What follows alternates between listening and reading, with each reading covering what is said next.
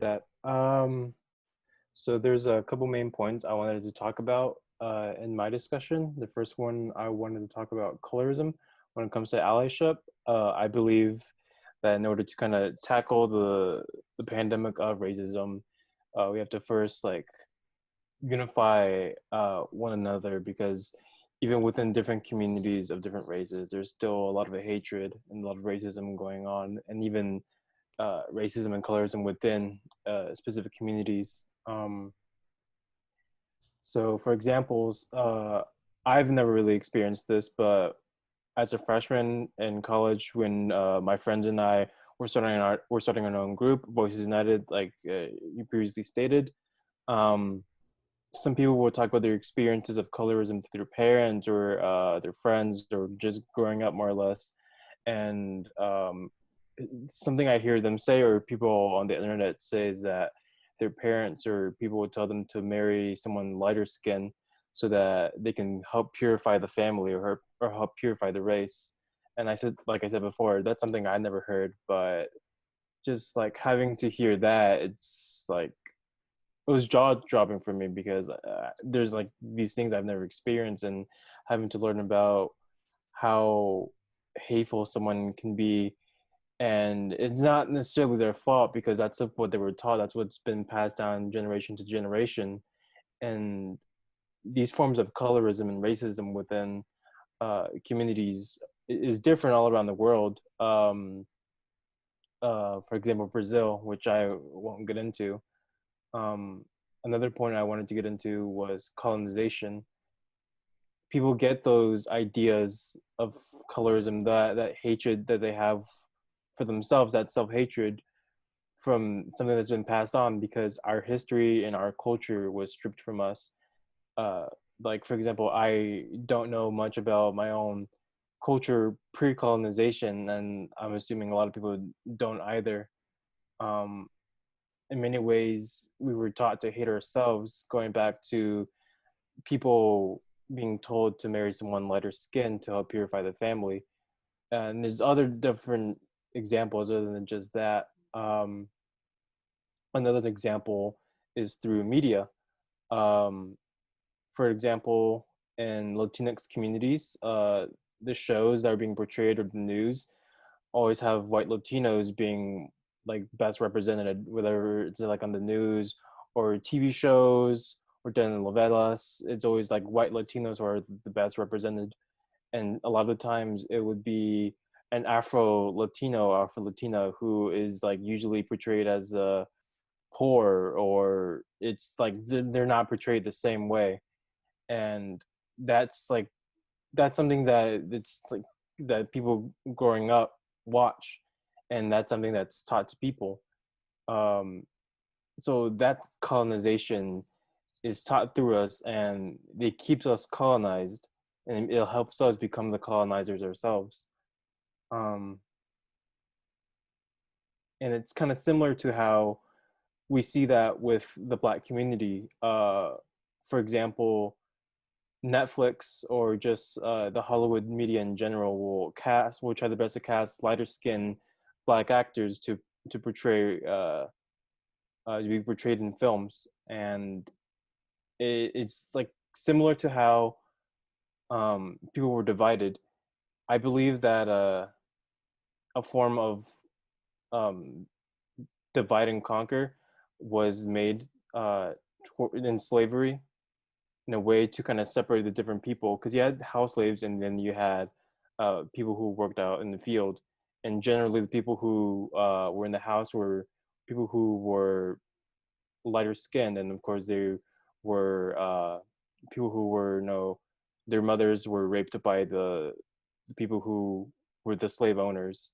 um, and it was an attempt to kind of keep people separated, and have people in the house and have people who are working in the fields hate each other. And it's a form of colonization that's still being passed down, and people in different communities having people hate each other for a certain color, a certain skin tone. And we see colorism within like the media, not just like on the news or TV, but definitely in music and rap.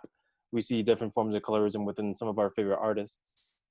uh, but I believe that acknowledging our privilege within our intersectionality and acknowledging when we were wrong and having to let go of our ego, because that's one of the things that prevents us from acknowledging that we're wrong and trying to accept something that we've been taught our entire lives is our ego and not wanting to look wrong.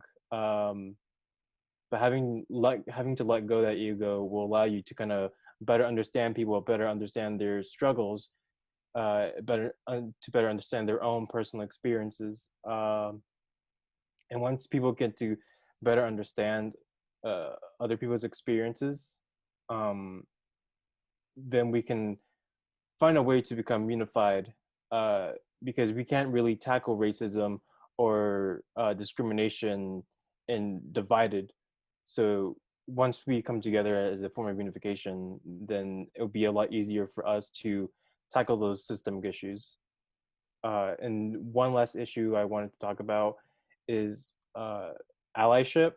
Um, it's kind of a problematic term for me, Shri, and Mary in a way. Um, Kind of like the whole concept I've been talking about earlier with unity. Um, it's just how weird it was for us to be asked to be part of this panel. There could have been like way better people to ask to be part of this panel, but I'm really honored to be asked, and again, thank you for asking me to be part of this. But like I don't have the experiences of many other people, and I'm constantly learning uh, different experiences through different medias and just like people talking to me about their own experiences. And so just the term allyship is kind of problematic for me in some sort of ways, but I still stand unified with anyone who like is different from me and whatnot. Um, for more or less, that's more or less what I had to say. Thank you. All right, thank you so much for that. So our next speaker is SURJ. She recently graduated from Rhodes College with a double major in biology and health equity. She is a non-Black artist, storyteller, and researcher. On the Rhodes campus, she was an advocate for QTPOC communities, a Century Summer Plus research scholar, and a Rhodes Institute for Regional Studies fellow.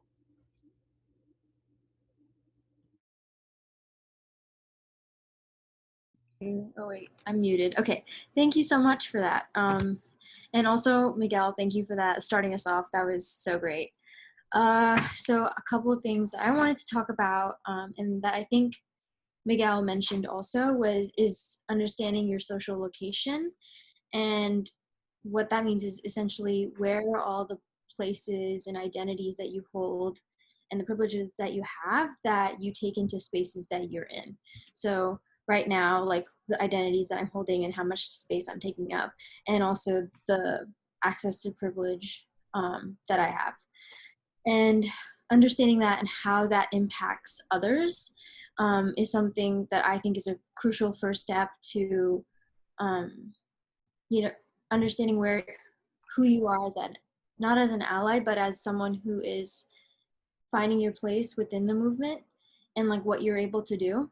And it includes things like what's your abilities, like how can you help the movement, like what are the things that you bring that you can help, whether it's your organizing abilities or it's your creative side or it's your access to wealth and access to social capital, different things like that.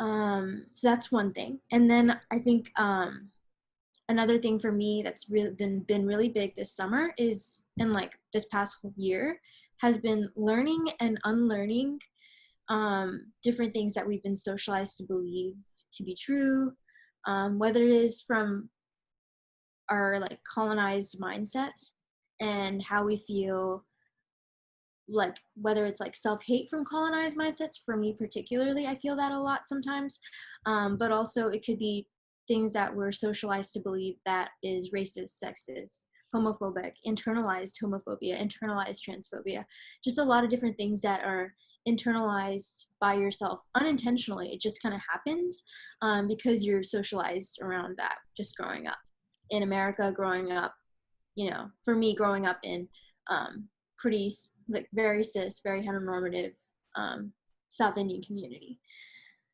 And then unlearning that and figuring out a way to apologize and make amends for your mistakes and your missteps. And this part is so hard for me. I am really bad at apologizing, and I'm really bad at like self-criticism and taking like something I've done wrong and making amends for it. And I'm working on that. And I think that's another step. You have to like have this kind of self-realization and be like, that hurt someone I care about, what I said. And kind of growing from that and making amends and apologizing in a very appropriate and intentional way. And then that's with people that you really know and like you're like trying to make amends.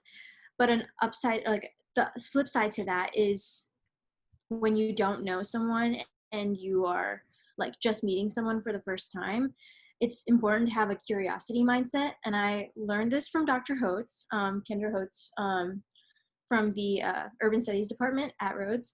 And we had something called the pause, where you pause and you kind of connect with the person that you're meeting with in a very like human level, like whatever question it may be for you. So for me, like when I meet someone for the first time, I like to think about like all of their different hobbies and like what like makes them like really excited about life and like why are they like, you know, just super pumped about something.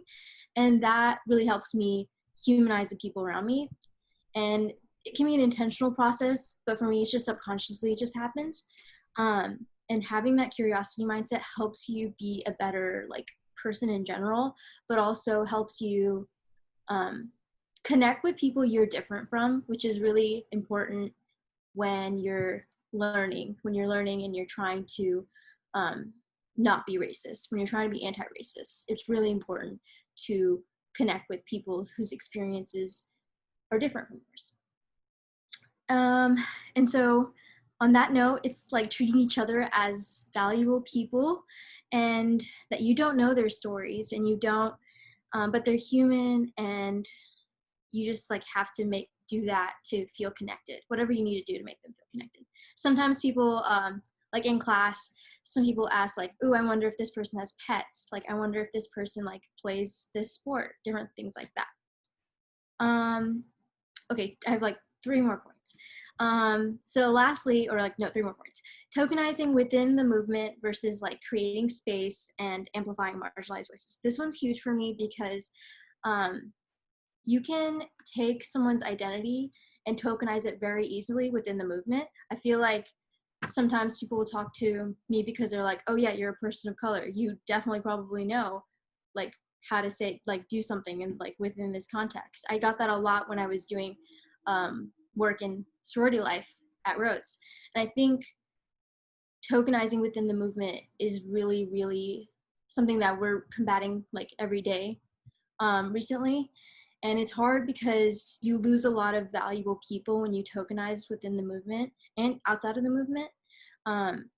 Instead, I think it's better to create space and amplify their voices. So if like someone like wants to contribute in like a space like this and they want to talk about issues within the queer community and people of color and like how that's like a difficult experience, then that's amazing. But tokenizing and like asking for validation from a person of color or a queer person or a trans person or, you know, like whatever, like a Black person, or like literally just like pick an identity and like you tokenize them and ask for validation. I think that's a lot worse than, and it's a lot worse, but it's a lot easier to do. I think a lot of people easily ask for validation, and that's something that we need to work on as a community. But when we ask questions, I'm sure we can expound on that further. And then I was thinking a lot about the value of rest and how that is so important during this quarantine time for me, and also like after getting out of college and graduating. I think rest is so like underrated. Having the value, like being able to say what you're capable of and having boundaries as a person who's in the movement is so important, because it's very easy to get bogged down and feel like you're not doing enough or you're doing too much. And I think for me that definitely resonated. Like when the first month after George Floyd's murder, I just felt like so emotionally tired, but also like so physically exhausted from all the different organizing work that I was trying to do. And so I think it's really important to know when you should rest, and then also when you like, but then also like have that energy always have that energy to like keep the movement going. Yeah. And lastly, it's really hard to have conversation with people who have differing opinions from you. So, or if like they do have the same opinions, but you feel like you could say a little bit more on a subject, I think some of the best ways to have those kind of conversations is just to like call someone in and be like, hey, like I feel you, like these are all the things that we totally agree on, but here's something else that I just realized that maybe like you didn't know about. But I also think that if you did know about it, it would like totally change your like worldview, or maybe you change just a little bit on how you interacted in spaces because of so and so and so. Anyways, so thank you so much for this opportunity, and yeah. Thank you, Suri. We'll hear from Mary, and then we'll open up for some more questions from the audience. Mary is an urban studies major and a Russian studies and Islamic and Middle Eastern studies double minor at Rhodes College. Mary is also a part of the Clarence Day Scholars cohort, which consists of a group of students who are committed to service in Memphis. In 2018, I keep messing up people's names, and I'm really frustrated about that. Mary received a Summer Ministry Fellowship for Social Justice. Outside of Rhodes, Mary holds a leadership position at Showing Up for Racial Justice Memphis. She has also done work in lobbying and being a media representative for the Moms That Demand Action for Common Sense Gun legislation. Furthermore, Mary reflects her passion for social justice by providing assistance in planning for the March for Our Lives and the Memphis Women's March. Thank you so much, Nwanchu. So I have my stuff printed out on paper. I'm gonna go ahead and read this. So on this panel, I'm specifically addressing white allyship. And my first draft of what I wanted to say was kind of angry. So I've scaled it back, and I will use that speech for another day. Considering that, I'm going to go ahead and dive right in. So I'm addressing white people specifically. We as white people involved in the movement are often caught up searching for an indicator that we are done with the work. We might ask ourselves, when have I done enough? Is it after like my 10th protest, or maybe like my 3rd anti-racist book club? Or maybe after I get my degree from Rhodes and finish first year seminar, surely then I'll be done. Which, that's wrong. A lot of these actions are identified as performative, and if they're unaccompanied by actions that disrupt a system of racism, they're not enough. It is optical allyship, a term that I actually heard for the first time from Shri. So in other words, white people showing the world that they are allies and moving on with their lives without affecting real change. And before anyone gets mad, I really am inspired by all of you who are reading these books for the first time and attending protests, because that's where many of us start. That's where I started, and I know how hard it is to step into that work. I'm here now to ask you to join me and also my other panelists and all the people doing this work in making a lifelong commitment to making palpable and systemic change. And there are many roles to fill.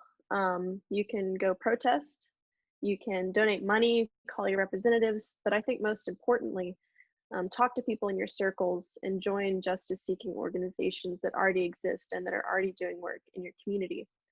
There's so much to do, and the movement for collective liberation needs us all. So one of the things that I want to address that really prevents mass involvement in anti-racist work is white fragility. So white fragility throws a wrench into most anti-racist work and shows up in many different ways. White fragility is a response from white people, often elicited by an accusation of racism or of some kind. Guilty are both the blatantly racist Trump supporters on Facebook, but also probably the white anti-racist in your circle of friends. I'm talking about you and me, white people. We are all susceptible to this fragility. And I myself have experienced this most recognizably around receiving the Ally of the Year award from Rhodes and the critiques I heard about my treatment of the award in the aftermath.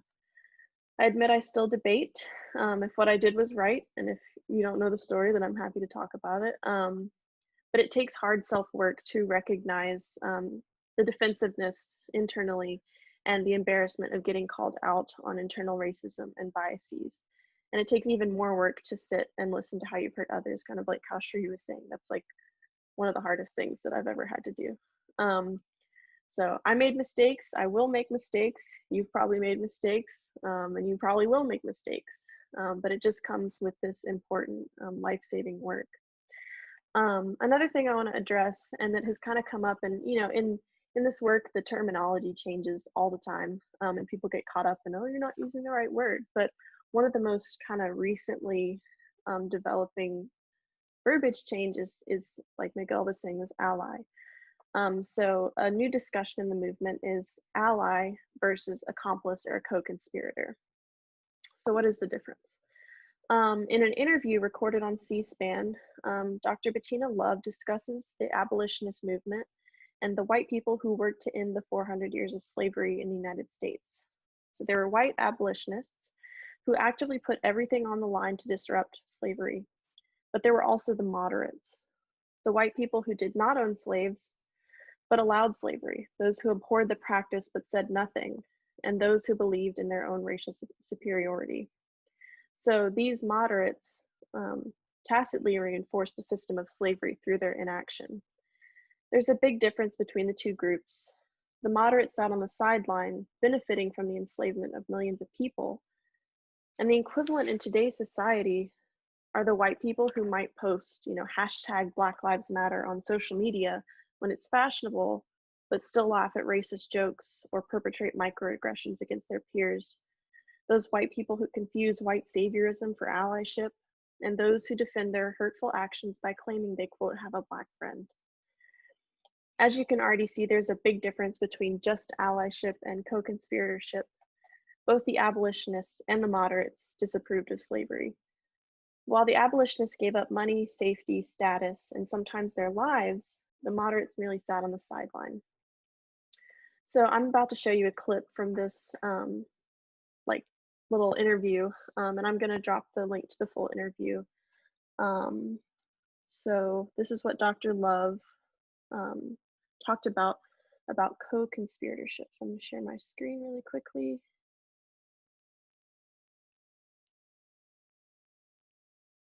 Okay. Sorry.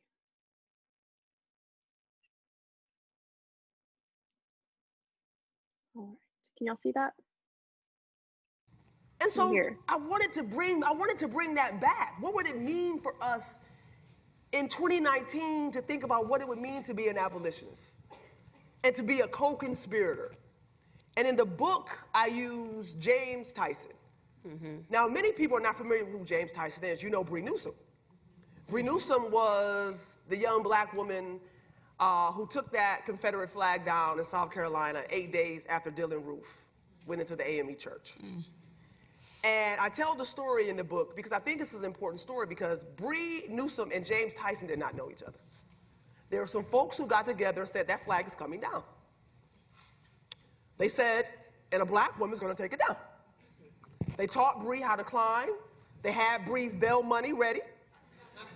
And that morning, Bree Newsom and James Tyson were at an IHOP. They got the word, come take the flag down. Bree Newsom climbs up on the pole to take the flag down. Now, this is where the difference between an ally and a co-conspirator is. James Tyson, now there's a gate for the flagpole. James Tyson isn't standing like outside the gate. Okay, like, Bree, they coming, Bree. Hey, Bree. No, James Tyson, he is inside. And then the police say, you know what? We can get her down. Tase the pole. James Tyson, because he wasn't here, he was here, said, okay. He put his hand on the pole. That white man, at that moment, understood why he was there. He put his hand on the pole, and he knew that the police would not tase that pole with a white man, healthy white man, right there. He saved her life. So I wanted to share that because I watched that video and just didn't feel like I could even begin to communicate what she did in that. So I'll drop the link for that. So that was what I had to say. I do have a little plug showing up for racial justice. SURJ Memphis. It's a national organization that educates white people in anti-racist work. I'm on the leadership board, and yes, I'm currently recruiting a few people here. So I'll put a link to the Facebook page, and that's a place that you can go if you need help finding like places to plug into in Memphis. There are plenty of places that are already doing anti-racist work. You know, and I am always welcome to help. Any other members of SURJ are welcome. Would want to help answer any questions, you know, help you find resources, find groups, find community, and all that. So that is my little part of the panel. Thanks, y'all. Thanks, Mary. All right, we'll take some questions. You can type it out in the chat box if you want, and I'll read it off to everyone.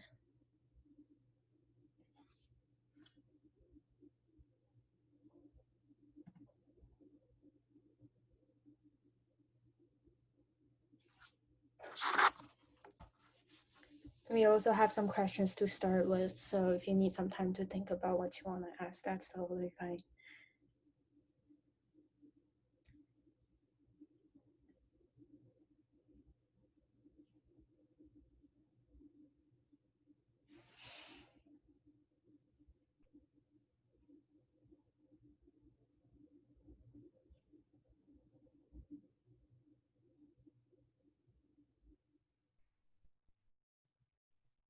All right, so I'll share some questions that my team has come up with.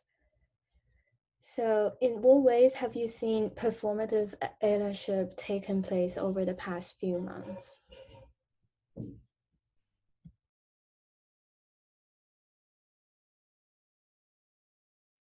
Sure, you look like you're nodding. I mean, I was like, who wants to go first? Because there's so many. But yeah, I think that, like, oh my gosh, where to begin? Okay, so like I think for me, where I saw performative allyship was even before my first interaction with it was definitely the Women's March in 2016. I felt like a lot of the folks that I knew that did it would just post pictures, and I was like, why am I not? I felt like I should probably be marching. But then when you intentionally look at the actions behind the Women's March, for me, like that was like, oh yeah, they're like, I felt like there was a lot of exclusion happening. But within the past few months, I think for me, because I use Instagram a lot, and I wish I used Twitter more, but yeah, like on Instagram, the stories that people were posting, I think that a lot of the times when it was informative, it was really useful. But the Black Square Day, like when we did blackout, like Instagram or whatever, I just feel like that was really useful. And like, there's so many people who've talked about how that was very like performative and just like optical allyship, where it's like you can see someone like with solidarity with the fact that Black Lives Matter, and all Black Lives Matter, and Black trans lives matter. And like, yes, it's like so affirming and like great to have solidarity. But I think one of the things is that when you see people posting that stuff, but then also aren't wearing masks, or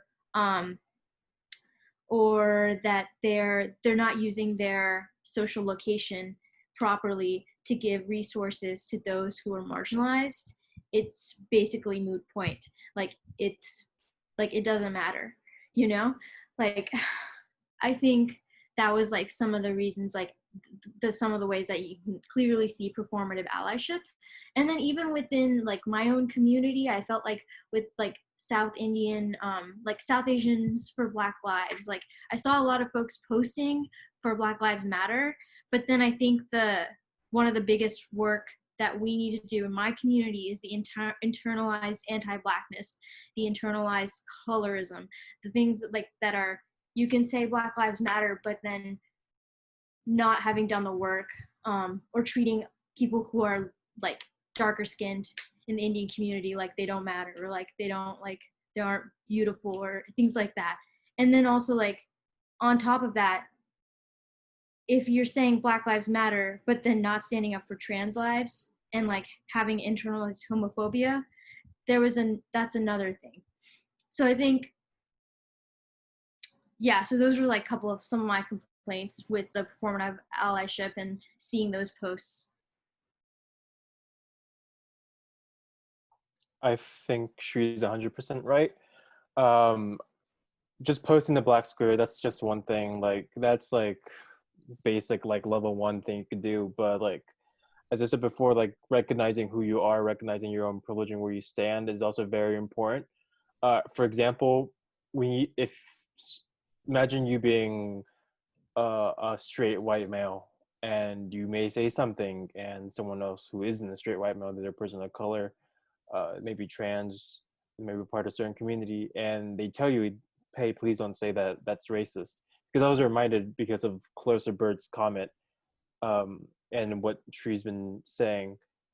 Like, who are you to say what I just said isn't racist, what I just said isn't sexist or homophobic?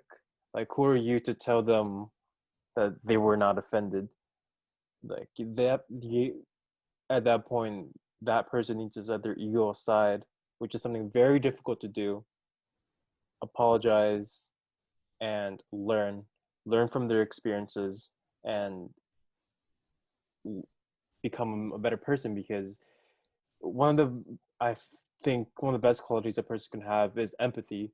And if you don't have like at least sympathy that you hurt their feelings or that you offended them, then like you're not going to get anywhere.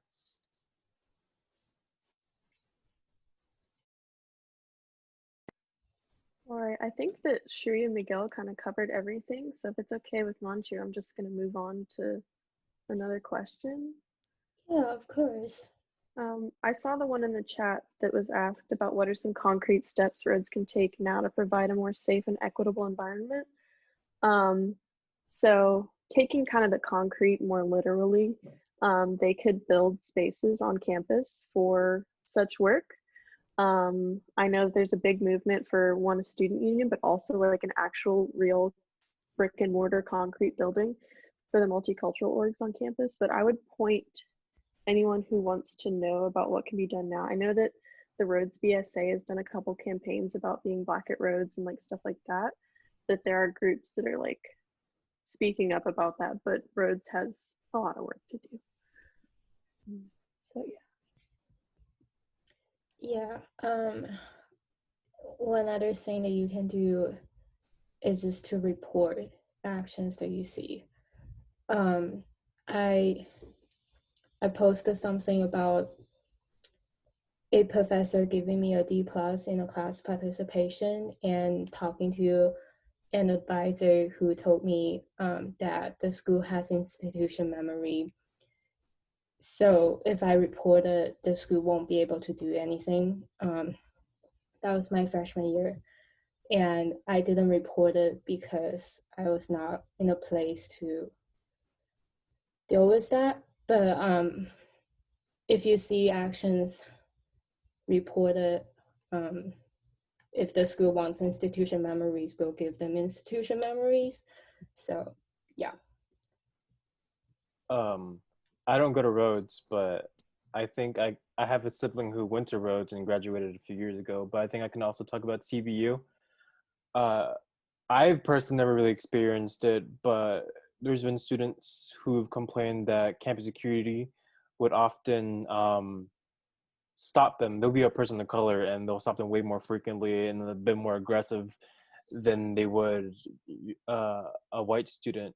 And I believe CBU has done a good, not good enough, but they've really started to come forward and take the initiative to ask the students, what can we do? Uh, Once school ended this past semester, they would often ask us and form panels similar to this open to all CVU students, like what's your experiences that has happened to you and how we can fix it. And it's going to be kind of difficult to do that now because CBU is returning to campus, and CBU like has to take certain measures, because there was one student in that panel who said, well, if we're gonna be stopping all students and asking for their ID, similar to how we've treated the Black students, why don't we just do that to everyone? And I don't think that was a good answer for multiple reasons. But the way that students will often have to go on and off campus during this climate, that's going to be something that's going to be really hard to tackle in our COVID environment. So I still have to congratulate TB for taking some initiative, and I still have to congratulate my president, Jack Shannon, and his team for coming forward and recognizing CBU's past. Definitely. What are some ways you deal with examining your own defensiveness and also deal with confronting your peers' defensiveness? I'll be the one if I go first, but that's something me, Mary, and Sri talked about extensively. There's different ways you can go about this. You have debates you have with your own family members and debates you have with close friends, and those go differently. And you can code switch differently. You might like react differently with a family member than you would with a peer. But if you don't like agree about the basis of your conversation, then you might not go everywhere. If your definition of prejudice and racism is different than theirs, then it's gonna be really hard to come up with a middle ground. That's all I can think about right now, but I think Shri and Mary's like great discussion points might spark something. Thanks, Miguel. I feel like for me, with examining my own defensiveness, I have to admit that first I have to admit that what I did or said was wrong, and then understand where in my mind, where's that coming from? Why am I thinking this way? And then feel like, okay, so this is why I'm thinking this way, and then combating that, but then also making amends with the person that I have offended, to let them know that this is I'm not saying this is a one-time thing or anything, but I'm just saying that I'm so sorry, and then having an intentional apology if you do really do something wrong and you weren't I don't know, you weren't in solidarity at that moment. And so how do you explain that? And making sure that you make amends for that is something that's really difficult, but that's how I've been doing it. And then also taking space away from that, if you did do something wrong, making us take some space for yourself and be okay, here's what I did wrong, and going through it for yourself, and then talking through with the person or people that you've hurt. And then with peers defensiveness, and I think it's in microaggressions, I'm very bad at being on the offense. I'm really bad at it, but I think calling someone in is easier when you admit to them that you've also made this mistake and that you've been there and that you've learned. And so you're just passing on the info kind of thing. That's kind of easier. Yeah, and I'll respond really quickly. So examining my own defensiveness, I think there comes a point where it's you need to examine it and then realize that it happened, and take your time to go over that with yourself, and then possibly the person you hurt, if there is, there's sometimes when it's like it's beyond apology in some situations, potentially. But I think that the most important part is not letting that keep you from trying again. A lot of people hold a lot of guilt, and I know that for me personally, I've had issues with not saying something because of that fear of saying something incorrectly. And I think that that comes with, educating yourself and being gentle with yourself and being forgiving with yourself in this work. In terms of confronting your peers, exactly what Shree said, like, kind of coming at it from, I've done this as well, this is how I worked through it, and this is how I did it, because that's a level base of coming up to someone saying, I've made these mistakes myself, and this is how I got through it. So yeah. Yeah, thank you guys for that answer. This is a question in private chat. What do you think of cancel culture, and how would you say to white folks who don't speak up for fear of being shut down? I think Mary touched on it a little bit. Do you want to explain on it? Yeah, I guess I can keep going. So I struggle myself. I don't really have a great answer for cancel culture. And I even kind of like employed cancel culture there when I said some things are beyond forgiveness. But I think that something that we all need to practice, I think especially white people, in terms of dealing with other white people, is that it's our job to kind of bring them in, remove them from public spaces where they are doing harm to like people of color and Black people, and bring them in, have a private conversation with them that is, hopefully respectful, but kind of removing that community harm. And instead of, white people saying, well, you're canceled, you can't learn beyond any type of help. But it's a difficult question because it's definitely very popular. But I also see it being harmful, and not necessarily like restorative, which a lot of this work is focused on restorative justice. Yeah, Mary was right when she was talking about restorative justice, and it could do more harm, because I do believe in second chances and character development, because there's come a point like we were raised to believe in something, and you learn growing up from people's experiences like, oh man, I was wrong. And people can change, but there is like at some point where someone has like really gone too far. Like how much, like for example, like how much could we restore Donald Trump's like his rhetoric, for example? Like cancel culture is very toxic in the way that it can like further that hatred or that misconception someone has about a certain topic. And so I think cancel culture can be in a way positive sometimes, but for the most part, I think cancel culture in terms of like Twitter and TikTok can be pretty harmful. Yeah, definitely. Thank you for that answer.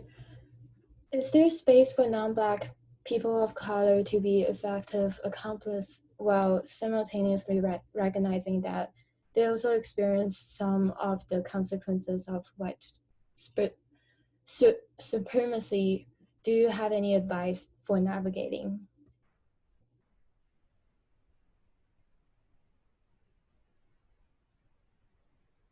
Oh, wait. Okay, so I really love this question because I think about this all the time, especially when like we were in June and I was thinking about my identity and how I could be helping, and like, but also like not take away space from Black voices that were really like needed to be heard. I think for me, like there are so many things that understanding my experience as a person of color, growing up as a woman of color, like in Memphis, Tennessee, and like being in predominantly white spaces, and knowing that that did hurt, but then also knowing that like the histories behind enslaved Black people and also like historically like how we forget Indigenous people and how like we don't know Indigenous history, like different things like that. It like helps me put into perspective like where I'm at and like what privileges I hold, and that really helps me when I like think about like my space. And then, but to be an effective accomplice, I think you need to know, like, there are things you can't do. There are things that you have to let other people do. There are times when you have to sit down and be like, this is not my space to talk about this particular issue because I don't know enough and it's not my experience, things like that. And that can be hard as someone who's like, yeah, like, gotta keep going, like, gotta keep pushing the movement. But then if you don't have that experience, then it's better to just like amplify voices that do have that experience or that you want to help out. And so for me, that's always been like, and I'm always fond of like helping like validate and amplify the voices of Black trans lives, especially in Memphis. And so like for me, that's like where I found my space to help and like to really like nurture that my like work. But I think it can be different for everyone. So yeah, that's what I think.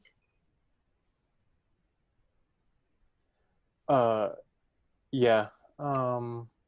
She was right on point when you have to know we have to sit down and we know we have to let other people speak, because in a way, when we let other people speak and we hear about their experiences and we let them talk, then that's when we can become unified, because we're all colonized, we all face oppression, and we all have a common a common past in that sense, I suppose. And so with our past, with a shared past, like we can come together a lot easier and let others speak on their behalf, because when you are an ally or a part of their support system, you have to learn that it's not about you, and you have to learn that it's not always like going to be your time to shine, so you have to let them take the spotlight because it's their issue.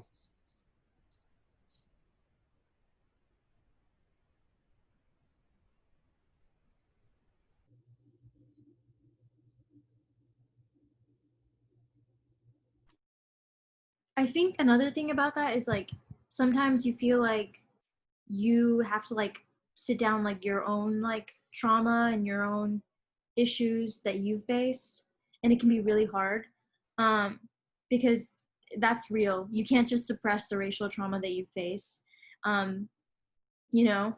And so like it's just really about like knowing that, like knowing when to speak about it and like knowing when to like not let your voice be not like diminished. And that's hard. It can be hard to like pick and choose when you need to fight for your identities. So I don't know, I'm still working through that.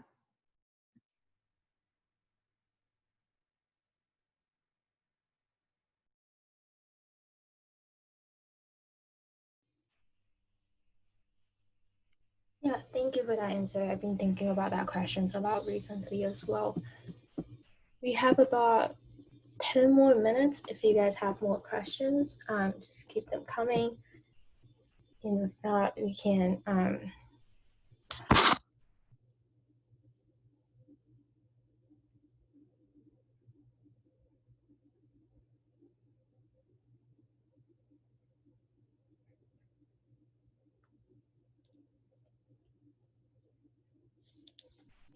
all right, I think everyone has a chance to talk about things that they want to ask. So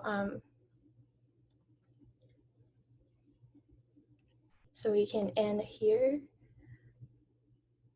Just a little plug for Mary. They have a meeting for showing up for racial justice on August 12th. So if you're interested in getting involved, show up to that meeting and learn more about who they are, what they do, how you can get involved. August 9th, there you go. All right. Thank you guys so much for coming. This was a great discussion, and I hope that we can all take something from this and then translate that into actions in our daily lives. This is our last webinar, so I truly appreciate everyone who keeps coming back, joining us, learning it. It's been a great experience hosting it and planning it, and I really want to give a shout out to my team for hosting and planning this with me. So thank you guys so much for being here. thank you to all the planners. You've done so much work over the past like 4 or 5 months, and it's been noticed and appreciated. Thank you. And I think I saw Dr. Mary McConnor here. She's a person at CBU, and I absolutely love her. She's one of my biggest role models at CBU. So thank you so much for coming. Yes, thank you so much. Thank you, guys.